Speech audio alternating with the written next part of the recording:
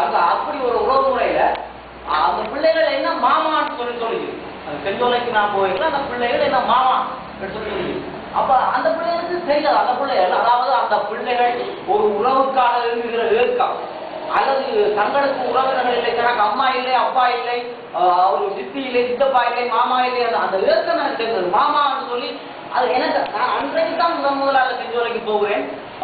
அப்ப அந்த பிள்ளைகள் ஓடி வந்து என்னை கட்டிப்பிடித்து மாமா என்ன படம் பண்ணுவோம், இந்த படம் பண்ணுவோம், என்ன ஒரு அடிபட்டது என்னோட அந்த அது என்னை சரியாக பாதித்தது. பிறகு அதே செஞ்சோலை வளாகத்துக்கு தான் ஸ்ரீலங்கா விமானம் குண்டு வீசி 52 பொம்பளை பிள்ளைகள் செத்து போனார்கள்.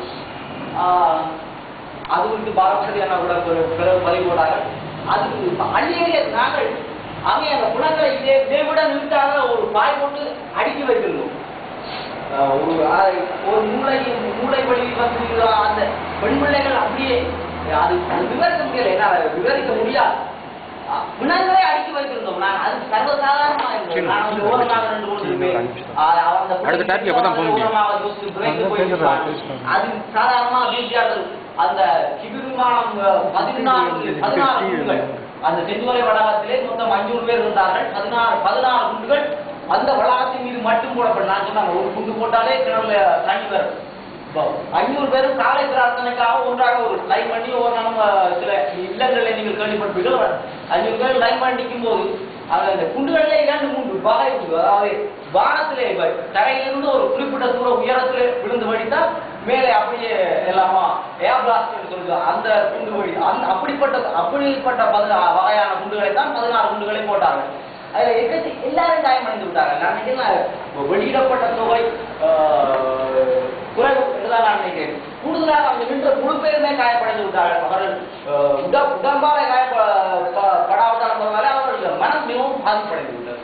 இப்போது என்னன்னு சொன்னால் நான் சொல்லக்கூடிய இன்னொரு சம்பவம் இருந்தது. என்னன்னு சொன்னால் அந்த காயமடைந்த பிள்ளைகளை வைத்து பராமரித்துக் கொண்டிருந்த ஒரு வைத்தியசாலைக்கு நான் அந்த பராமரிப்பு பணிக்காக சென்றிருந்த போது என்ன நடந்ததுன்னு சொன்னால் குழந்தைகளுக்கு பெண் பிள்ளைகள் படுத்திருந்தார்கள்.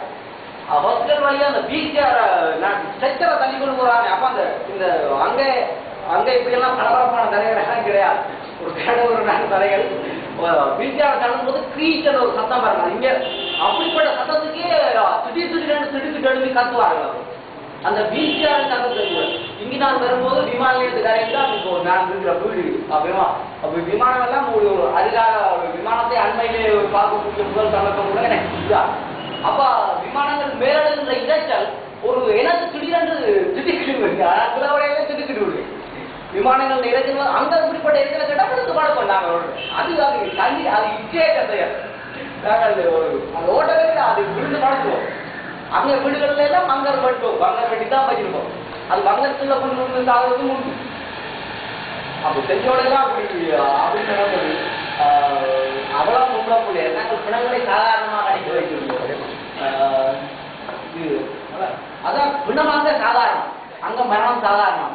ஆனால் அங்க அதான் எனக்கு இங்க வந்து பிச்சைக்காரர்களை பார்க்கிற பொழுது அவங்க நல்ல மாதிரி இருந்தது. அங்க இருக்க முடியவில்லை என்றுதான் நான் நினைக்க வந்தேன். அங்கு சுத்தம் அங்கு எப்பொழுது என்னுடைய மரணம் என்று எனக்கு தெரியாது. எந்த கிணத்திலும் நான் மரணத்தை எதிர்பார்த்து கொண்டுதான் இருக்கோம். அங்க இருந்தா நான் இந்த கிணத்துல இப்ப சாகலாம், நாளைக்கு சாகலாம்.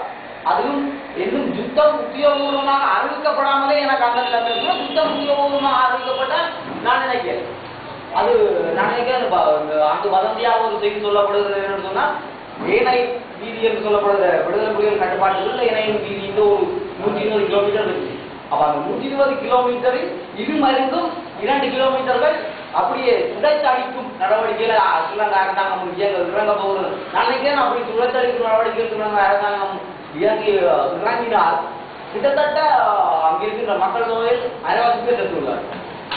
அங்கிருக்கிற மக்கள் தொகையில் 60 பேர் செத்துள்ளார்.